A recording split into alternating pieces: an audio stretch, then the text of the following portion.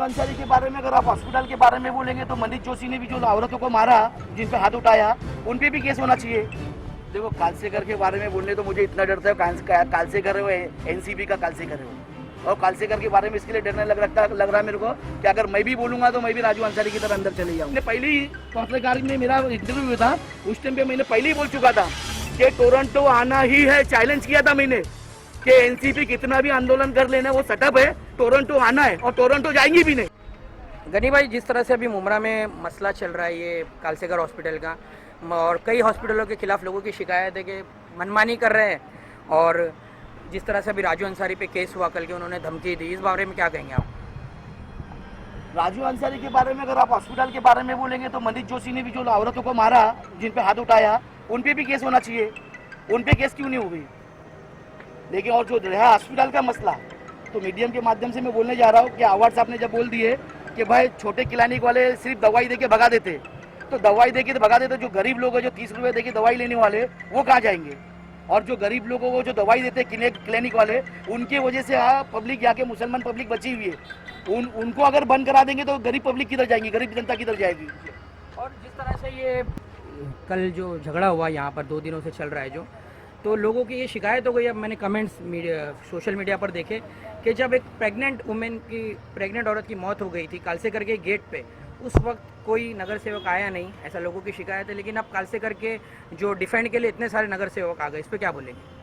देखो कालसेकर के बारे में बोलने तो मुझे इतना डरता है, कालसेकर है एनसीपी का कालसेकर है और कालसेकर के बारे में इसके लिए डरने लग रहा है मेरे को कि अगर मैं भी बोलूंगा तो मैं भी राजू अंसारी की तरह अंदर चले जाऊंगा और कोई भी आवाम आवाज उठाएगी तो राजू अंसारी की तरह चले जाएंगे। क्योंकि एनसीपी वालों को सिर्फ कालसेकर की एमडी चलती है, कालसेकर की सीओ चलती है, बाकी कोई भी हॉस्पिटल के सीओ को मीटिंग में नहीं बुलाया जाता है और ना कोई भी हॉस्पिटल के एमडी को बुलाया जाता है, सिर्फ कालसेकर। क्यों ऐसा? कालसेकर में ही क्यों भर्ती होना है और कालसेकर में ही क्यों पैसा 1.5 लाख 2 लाख रुपए देना है? क्यों गरीब को जो छोटे डॉक्टर, और इनके हर मीटिंगों में डॉक्टर लगते, छोटे वाले जितने छोटे डॉक्टर इनके हर मीटिंगों में लगते, हर सर्टिफिकेट बांटने के लिए छोटे डॉक्टर लगते, तो फिर क्यों ऐसा बोला जा रहा है कि वो डॉक्टर लोग खाली दवा देके भेज देते? अरे वही डॉक्टर हमारा इलाज करते और वही डॉक्टर की वजह से गरीब लोग बचे हुए। नहीं तो बंद कर दो सब डॉक्टरों को, हॉस्पिटल बंद कर दो उनका दवाखाना। गनी भाई, जैसे अभी बहुत से डॉक्टर ऐसे जो बंद भी करके बैठे हुए हैं और गायब है बहुत से डॉक्टर, तो क्या उनके बारे में क्या कहेंगे? देखो जो गायब हुए वो बेचारे डर के मारे गायब हुए क्योंकि उनके ऊपर दबाव है, और दबाव है तो मेरा बोलने का मतलब कैसा मालूम है? एनसीपी से जो जितेंद्र आवाड साहब ने जो बोला था कि भाइयों बहनों, बोले मुमरा वासियों आप डरिए नहीं, अगर हॉस्पिटल अगर कार्रवाई नहीं करेगा तो मैं हॉस्पिटल के खिलाफ कार्रवाई करूंगा। आवाड साहब मोदी जी की तरह बोलते, बड़े प्यारे बोलते, और आवाड साहब जब भी बोलते तो आपको मालूम है कि मुमरा की आवाम पहचान गई है, समझ गई कि आप कुछ बोलेंगे तो मोदी की तरह कुछ नया बोलेंगे। तो आवाज साहब ने जब बोले हैं कि भाई जितने हॉस्पिटल अगर नहीं लेंगे किसी को इलाज के लिए तो उनके ऊपर कार्रवाई होगी, ये उनका स्टेटमेंट खुद है, तो फिर क्यों नहीं कार्रवाई हो रही हॉस्पिटलों के ऊपर? इसका मतलब क्या? नहीं भाई, अभी बहुत से यानी कि मुमरा में अभी ऐसा शमीम खान साहब का दावा है कि अपोजिशन तो है ही नहीं, जबकि महाराष्ट्र में आपकी सरकार है शिवसेना की और यहाँ के एमपी भी शिवसेना के हैं। इसके साथ ही अभी सैफ पठान और लिसान अंसारी, इन्होंने ये राजू अंसारी के साथ खड़े हुए और इस सब चीज़ों के खिलाफ वो मंडे को PIL दाखिल करेंगे, बोला उन्होंने कि मंडे तक इंशाल्लाह हो जाएगी। तो सर आपकी पार्टी इस संदर्भ में क्या कर रही है? देखो मैं कोई पार्टी की तरफ से नहीं बोलता, आवाम की तरफ से बोलता हूँ। आज मेरे मुसलमान भाई बहुत तकलीफ में, मुसलमान भाई नहीं हिंदू भाई भी मेरे बहुत तकलीफ में, क्योंकि हॉस्पिटलों में 1.5 लाख के सिवा इलाज होता नहीं है और हॉस्पिटल में कालसेकर में क्या योजना नहीं है? प्रधानमंत्री योजना भी है जिसमें 1.5 लाख रुपए क्यों नहीं बताया जाता हॉस्पिटल में कि 1.5 लाख रुपए का योजना है, हम योजना की तरफ से काम कर रहे हैं, आप हैसियत है तो आपके कैश की तरफ से काम करें, लेकिन योजनाएं गरीबों को बताना चाहिए ना। गरीबों को योजना ही नहीं बताई जाती है, उसके बाद 1.5 लाख 2 लाख रुपए फीस होती है, आदमी मर के आ जाता है, तो उसका जिम्मेदार कौन? यहाँ का MLA जिम्मेदार है ना, जो बोलता है कि मैं कार्रवाई कर दूंगा कि कोई भी हॉस्पिटल वाला अगर नहीं लेगा मैं कार्रवाई करेगा, उनका स्टेटमेंट है, तो फिर क्यों नहीं कार्रवाई करते? हमको आवाम को दिखाओ कि हम जो बोलते हैं मुंह से वो सच बोलते। और समीम भाई का जो आपने पूछे, समीम भाई तो बड़े अच्छे हैं, मेरे दोस्त थे, क्या उनको आदत है हमेशा की, देखो समाजवादी में रहे, बेचारे खिलौने का धंधा किए बेचारे ने मेहनत की बहुत, क्या वहाँ पे भी छोड़कर आ गए।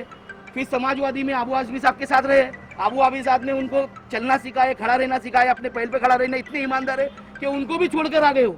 लास्ट में आवाज साहब के साथ है, उनके साथ भी ईमानदारी कर रहे। अभी आगे का कुछ पता नहीं, क्योंकि मेरे अच्छे दोस्त थे और वो काम करने वाले लोग हैं, कभी भी वो किधर भी लेट जाते हैं। अभी टोरंटो के भी बारे में बोले मेरे मैयत पे से जाएंगे, लेकिन मेरा दोस्त है, अल्लाह ऐसा ना करे, वो मैयत पे से जाना नहीं जाना वो अल्लाह के हाथ में। लेकिन उनका एक मानना था कि भाई अगर टोरंटो आएंगी तो मेरे मैयत पे से जाएगी, लेकिन उनको ऐसा बोलना नहीं चाहिए था। वो मेरे अच्छे दोस्त थे।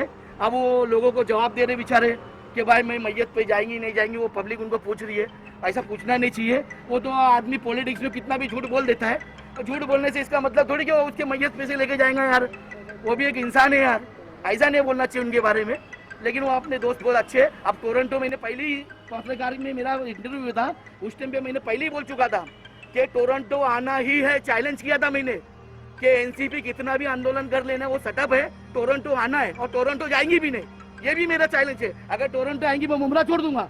तो जैसे कि अभी आपने कहा और पिछले दिनों जितेंद्र आव्हाड सर से ये सवाल पूछा गया था कि टोरंटो मुमरा आई तो आपका क्या स्टैंड है, तो उनका कहना था कि बीजेपी की लाई हुई है और 600 करोड़ रुपया लिया था बीजेपी ने टोरंटो को लाने के लिए, लेकिन अगर हम उसे कैंसिल कराते तो हमें 1,500 करोड़ रुपया देना पड़ता। तो आप क्या कहेंगे इस बारे में?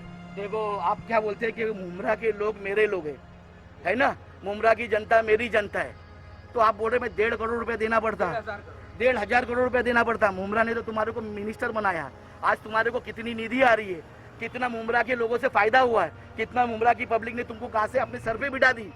मुमरा के लोगों ने तुम्हारे को जमीन से अपने सर पे बिठा दिया और तुम उनके लिए कुछ नहीं कर सकते हो। और मुमरा में आपने 4 दिन सिर्फ खाना दिया और मुमरा के लोगों को आपने बोले थे कि भाई मुमरा के लोगों भाइयों, मोदी जैसी बात बता रहा मैं आपको, जैसे मोदी को भाइयों बहनों आप टेंशन मत लेना, मैंने ये दिया कि नहीं दिया, मैंने वो दिया कि नहीं दिया। वैसे आव्हाड साहब के जुमले खाली आव्हाड साहब ने बोले कि आप मुमरा वाले आप डरो मत, कोई भूखा नहीं सोएगा। अरे भूखा तो हमको अल्लाह ने कभी नहीं सुलाया, और अल्लाह ही हमको भूखा, हर मखलूआत को, छोटी सी चींटियां थी ना उसको भी अल्लाह भूखा उठाता है, लेकिन भूखा सुलाता नहीं कभी, हर एक को खाना खिलाता है। और आज भी खा रहे लोग, आव्हाड साहब के भरोसे पे कोई नहीं खा रहा है क्या? 4 दिन खाना, 4 दिन चला, उसके बाद में कोई खाना नहीं चला। भाई खाली जुमले हम मोदी साहब की तरह आव्हाड साहब से हम विनती करते हैं कि मुमरा वाले को खाली जुमला मत दो, मुमरा वाले के लिए काम करो। मुमरा वाले ने आपको सर पे बिठाए, इसके लिए मुमरा वालों के साथ अच्छा ही दिखाओ थोड़ा और। भाई यही रुकी वैसे।